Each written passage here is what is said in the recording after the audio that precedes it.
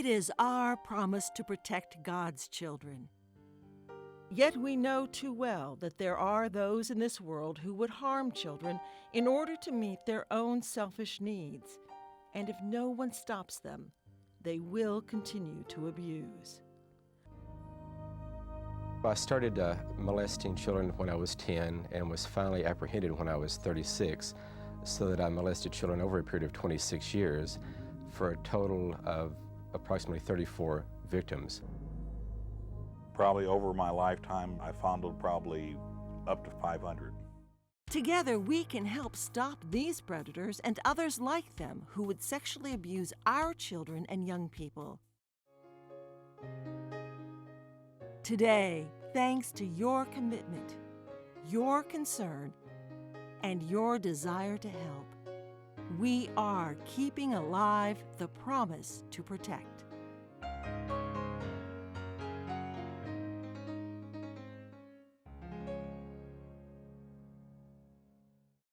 We are not helpless.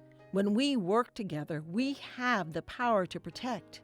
In the original Protecting God's Children awareness session, we learned there are 5 steps to follow that will help protect children in your family and in your community. They are: know the warning signs, control access through screening, monitor all ministries and programs, be aware of child and youth behavior, and communicate your concerns.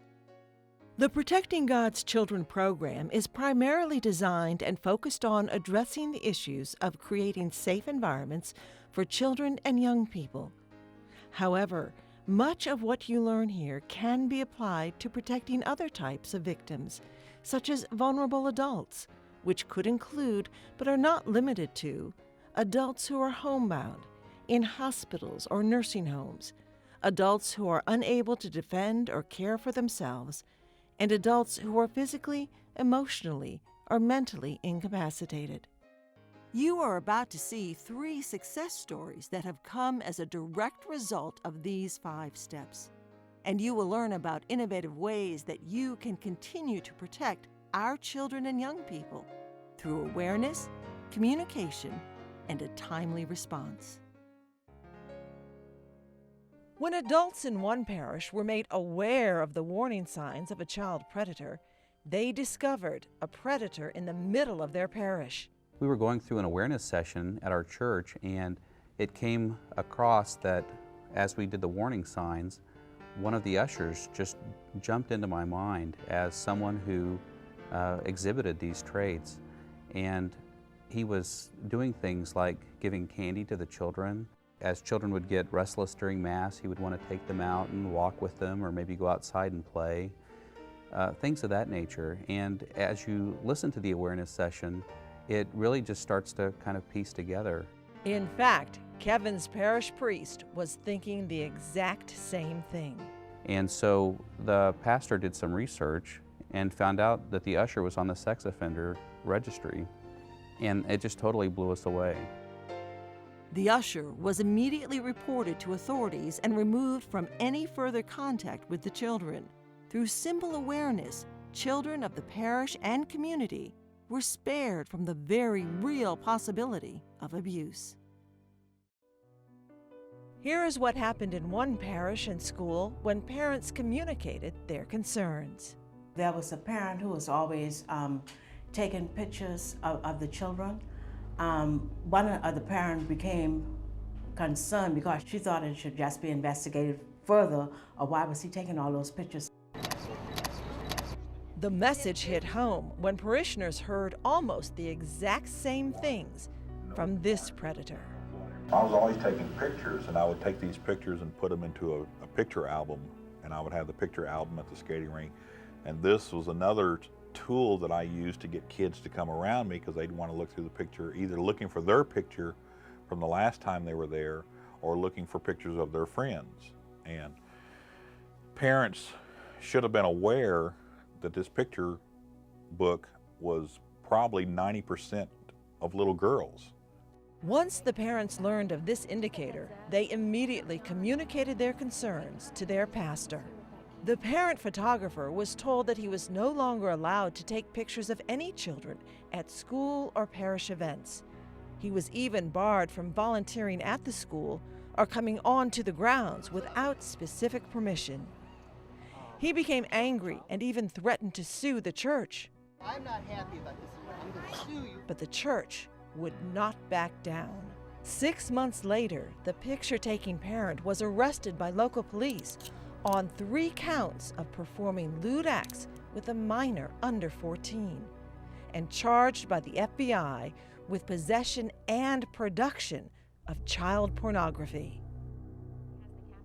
It was the actions of the parents who participated in a Protecting God's Children awareness session that played a key role in his arrest. I think it was very difficult for the parents to speak up because you always second guess yourself. Should I say anything? What if there's nothing to the situation, that it was harmless? But it's always better to err on the side of caution, especially when it comes to a child. Communicating concerns may not be easy, but it is essential. When we make a timely response, we can take action to save lives.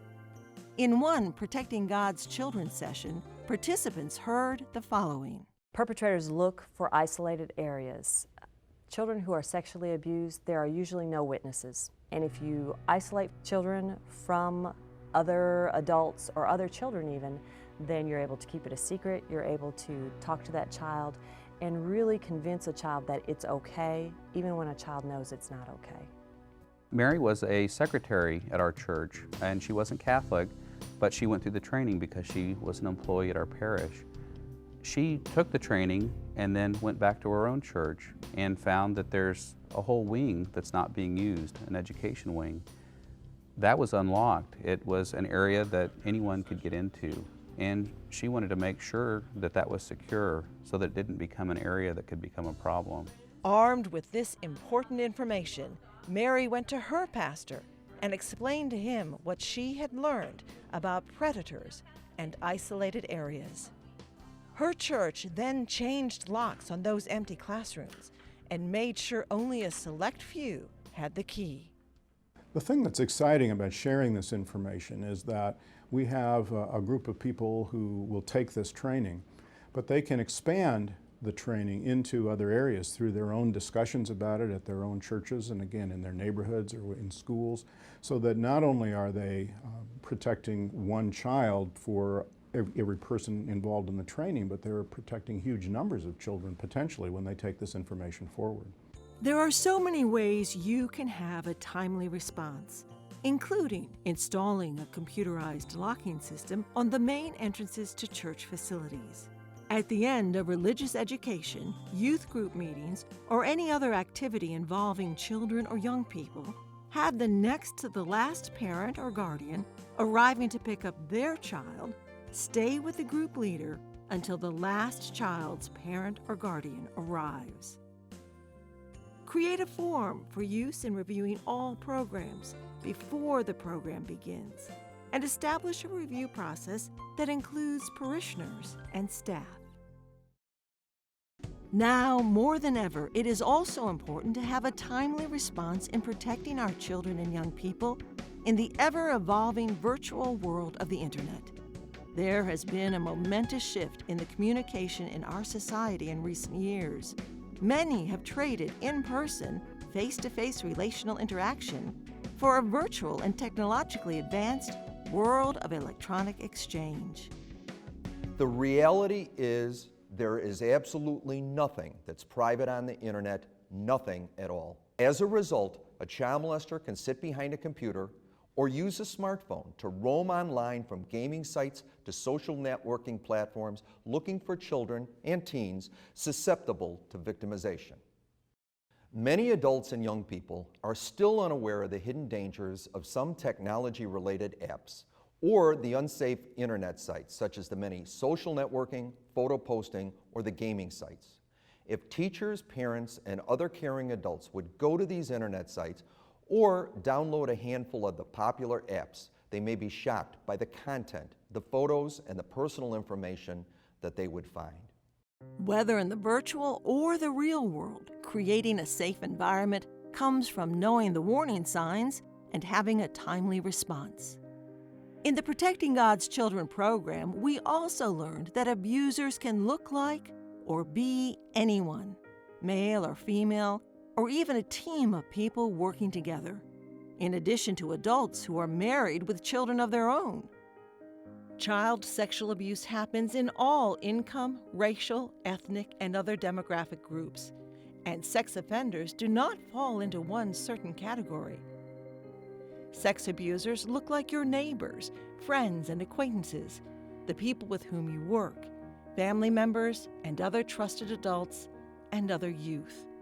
This abuse is known as child-on-child or peer-on-peer abuse. Randy's summer camp turned into an agony when his camp counselor molested him. He seemed like a really nice guy. He would take us swimming. He let us sneak out of the cabins at night. When I was homesick, he would stay up with me. I trusted him. And then he did it. I've never been the same ever since. The predators don't think the rules apply to them for the same reason that they are predators against little children. They have a distorted vision of right and wrong. They also believe that they won't be caught. They think that they are savvy enough and can keep it enough of a secret and build enough of a relationship, making that child feel special to keep it a secret, that they will never be caught. Some child molesters are very appealing, socially gifted people. They win over congregations, they win over neighbors, they win over families, they even win over the kids themselves. They can be talented, resourceful, and authoritative, but they use those talents to gain confidence with parents and access to kids to act on their own sexual interests. But if you are aware of their actions, they will get caught. They will realize the rules of society do apply to them. Knowing the behavioral warning signs of the potential predator's grooming process is an important step in creating a safe environment. Child abusers use a grooming process to gain access to children. They build trust not just with the child, but with the child's family as well. This manipulative process includes physical, psychological, and community grooming, intended to create an environment that traps children and lulls families into complacency. How we doing, ladies? Hi. Need some help? Physical grooming involves a physical progression of touches, from a normal, acceptable touch to a more aggressive and intimate one.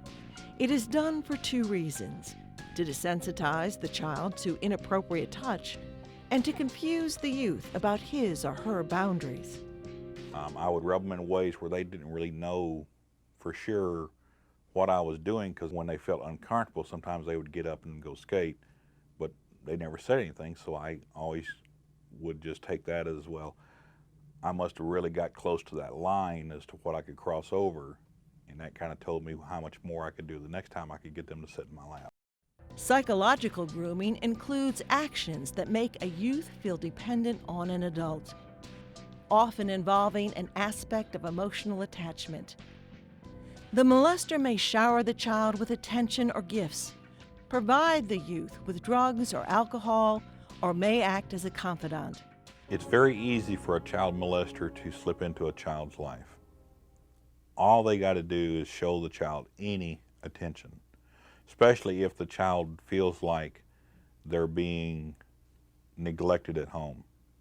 And they become their friend, and boy, if I was your dad, I'd let you do that. When you start agreeing with a child the things that they're saying about their home life, you've got the kid over right away. Community grooming provides the abusers with the environment needed to accomplish their goals. Abusers will work to ingratiate themselves into the community, developing relationships with adults and children for greater access to youth and protection against suspicion. Most child molesters are well known or related to the children they molest. They look for kids who are comfortable with them or who are needy and therefore vulnerable. They convince parents and other caretakers that they're just trying to help out with homework, with babysitting, with special treats. There is a line between appropriate and inappropriate behavior. Be aware of people who ignore standard policies and procedures. Predators think the rules of society don't apply to them. Keep your eyes open for concerning or inappropriate behavior, things that may give you that uneasy feeling.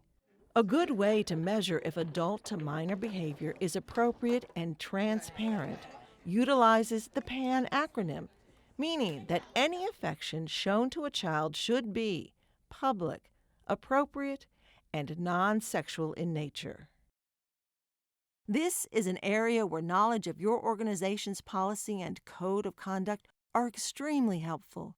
These documents help you to understand what is appropriate and inappropriate behavior for adults interacting with minors. When everyone is following these policies and procedures, there is a standard set that will help to quickly identify those who do not want to obey the rules. If adults are exhibiting these warning signs or other inappropriate behavior, it does not always mean that they are abusing a child.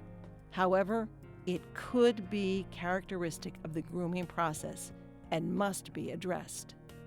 It is also important to pay attention to who spends time with our children in today's world of technology. When a child or young person uses an electronic device with the internet, they may be subjected to inappropriate materials or even strangers without an invitation. They can be victimized in a variety of ways, such as cyberbullying or even sexual exploitation through social media, technology apps, or even new internet friends who are not what they seem. Because of the charm and seductive talents of molesters, young people should be warned that whenever they communicate with someone using technology, even if just chatting about homework within an internet gaming site, they should never provide technology-facilitated friends with personal or identifying information, like hometown locations or school names. Even apart from conversation, an innocently posted photo taken at a school can also contain personal information in the background, in addition to tracking information that's embedded in the metadata of the photo, such as the actual GPS location of where the photo was taken. When it comes to technology, it's important to be proactive. Install filtering and monitoring software onto each electronic device and regularly review the content. Create procedures at home for consistently reviewing activity and internet usage conducted on your child or teen's electronic devices. For example, encourage a proper and balanced usage of all electronics in an open area such as the living room or family room. Have a conversation about what constitutes personal information. Don't allow a child or teen to post or provide personal information through a social networking venue. If an electronic device has webcam or video capabilities, use a piece of electrical tape to cover the lens when not in use. In this way, you ensure that no one can remotely access the device without your knowledge. By parents, educators, and other caring adults teaching children and young people about the importance of computer safety and communicating any unusual incidents, it becomes more difficult for a predator to use technology to find their next victim. Teaching children and young people to have a timely response and communicate their concerns is an important part of keeping them safe from sexual abuse. In the past, it has been taught that a child's private body parts are only those parts of the body that are covered by a bathing suit. In reality, a person's entire body is private and belongs to them. This includes the mouth, face, arms, legs, etc. Let your child know that no one, including an adult, young person, or another child, has the right to see or touch them anywhere on their body that makes them feel uncomfortable or afraid. And no one should ask or force a child to touch anyone else's body. Let them know that if this happens, they should say no, get away, and immediately tell a parent or safe adult, even if the person tells them not to tell. You should also teach your child that there may be special circumstances when a doctor or other safe adult may need to touch them in order to help keep them healthy or clean, but only with your permission and supervision. It is important to be aware of anyone who might be grooming a child by constantly tickling, kissing, or hugging them. A child will sometimes tell a parent that he or she does not want to be hugged, kissed, or tickled. Parents and other caring adults need to listen carefully and respect the child's wishes. By doing so, you are helping to teach children and young people to establish healthy boundaries and avoid problematic situations. Remember, protecting children is about awareness, communication, and timely response. Programs like this are definitely saving lives, and they're saving lives in actual terms of life and death, and they're saving lives in terms of positive lives for children who could have had their lives ruined by early maltreatment. As we move forward, our passion and commitment to protect children and young people will continue to grow. We can find new ways to work together. We can bring our message of protection forward. From our own parishes and schools, we can reach out to other communities to share our successes and help prevent tragedies. This is the time, now and always, to protect God's children. And it is all of God's children who need us to keep the promise alive.